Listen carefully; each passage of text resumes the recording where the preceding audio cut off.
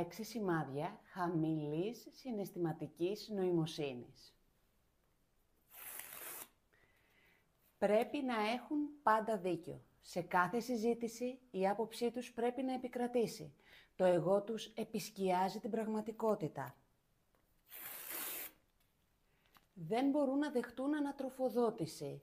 Ακόμα και η πιο ήπια κριτική μοιάζει για αυτούς με επίθεση και αμήνονται. Το feedback ταρακουνά την εικόνα που έχουν για τον εαυτό τους. Αντιδρούν έντονα και παρορμητικά. Δεν κάνουν παύση, δρούν με βάση την παρόρμηση. Ό,τι νιώσουν, το λένε ή το κάνουν άμεσα. Αυτό δεν είναι πάθος, είναι έλλειψη αυτοελέγχου.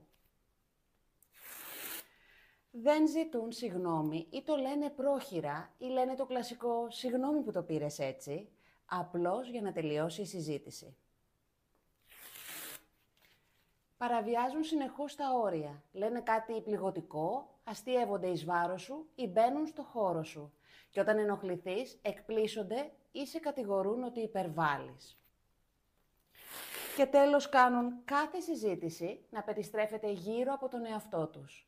Μοιράζεσαι κάτι ευάλωτο και ξαφνικά γίνεται η ιστορία τους. Σε διακόπτουν, συγκρίνουν ή τραβούν ξανά την προσοχή επάνω τους. Δεν ακούν πραγματικά. Γράψε μου στα σχόλια τι έχεις παρατηρήσει πιο συχνά σε εσένα ή στους άλλους και ακολούθησέ με για περισσότερη προσωπική ανάπτυξη.